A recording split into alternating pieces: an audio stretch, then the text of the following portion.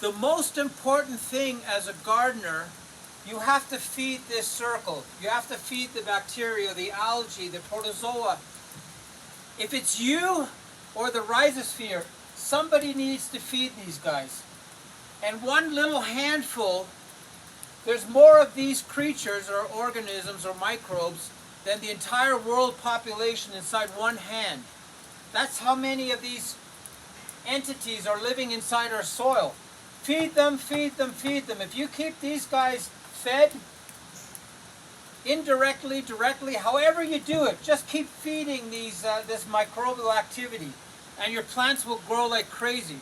Very important that you understand that your soil is not only alive, it's explosive. It has so many life forms inside it, so much energy inside it.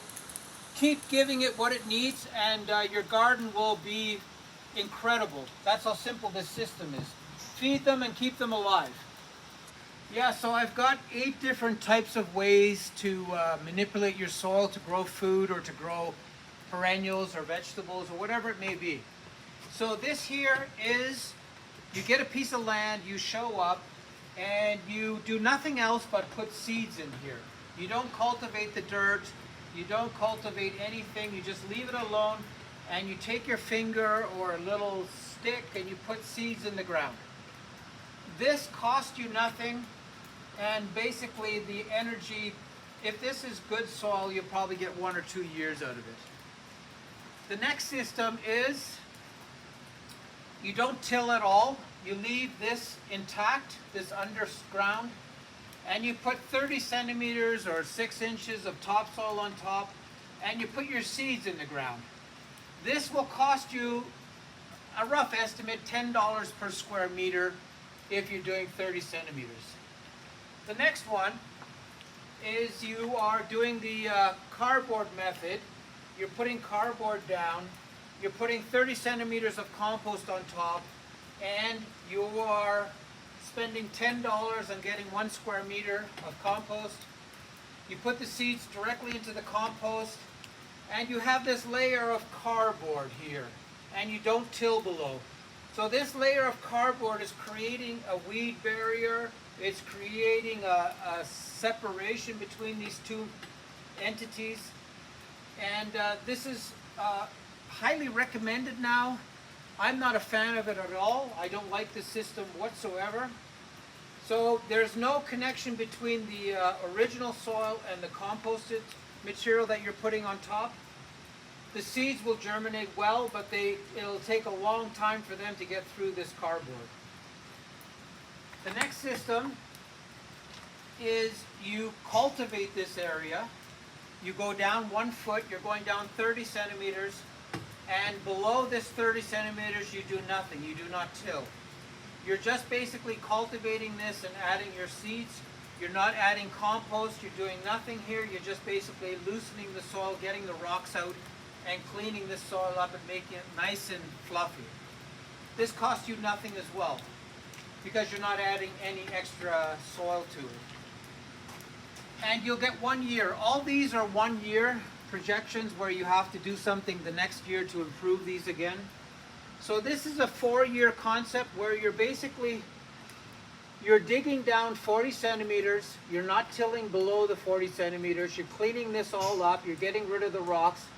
But what you're doing in this case is you're adding compost into this cultivation. So this dirt or this soil that you have is being enriched by the compost that you're digging into it. So you're actually adding the same 30 centimeters that you would have put here. You're actually mixing it into this fabric of this soil. So you're actually providing food for all these microbes in this area here. So this whole area is very active. You'll probably get 3 to 4 years out of this before you have to do anything again. So this will also cost you $10 to do a square meter. So this one here will give you 2 years because you're cultivating this area. You're not tilling below, but you're cultivating the 30 centimeters. And you're putting 1 foot of topsoil and compost. You're putting better material on top. Then you're seeding it. It's costing you $10 again, and you're going to get 2 years out of this as well. In this scenario, you're trench composting up to 1 meter down below. And if you add green matter, if you're adding compost that is green, so you're cutting down, let's say, lettuce and all kinds of green matter, and you're putting it into this 1 meter trench, up to 1 meter, then this will be charged for 5 years. And if you add topsoil mixed with compost into this scenario, it's going to be even richer because this topsoil and compost will leach into this trench composting. The roots will travel all the way into this material over time. So you're getting 5 years out of this for $10.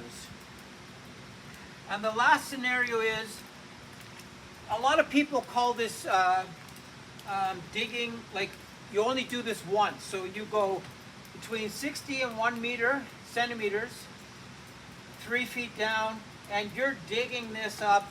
You are adding topsoil, compost, you're adding good material to this, but you're going extremely deep. You're getting all the rocks out, all the weeds out. So this is like a really worked over material. It'll cost you $10. It'll also give you up to 5 years of energy because this is enriched with so much organic matter. And the fact that you've loosened it up so much and made it so fluffy, you're going to get great benefits from this over a longer period of time.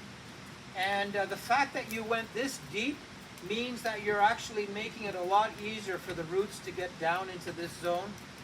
The trench composting is going to attract these roots because there's energy down here. And this has energy spread out equally throughout the whole material. So those are the 8 options a lot of people have. There's probably more, but these are the options that most gardeners are going to be confronted with. So pick one that you like. These 5-year plans are my favorite. This cardboard is my least favorite. I absolutely don't believe what they're saying. It will work, but over a very short 1 year, and then you have to add it again. So this gets very, very expensive. We don't even have this option because we have no way of getting materials here. And we don't even know where to buy topsoil in Ecuador. There's no one selling topsoil here. So this is a quick overview of the 8 opportunities that you have to start your garden. Pick one of them. This first one is very interesting to me. This could be a forest. This could be a piece of land that you just bought. So you would basically stick your seeds in there and hope for the best. That would work really well if you want to sort of understand a new piece of property that you bought. So these are all the options. Have a closer look at what I'm saying, which ones you should try out. And that's the summary of these 8 ways to grow anything in your garden.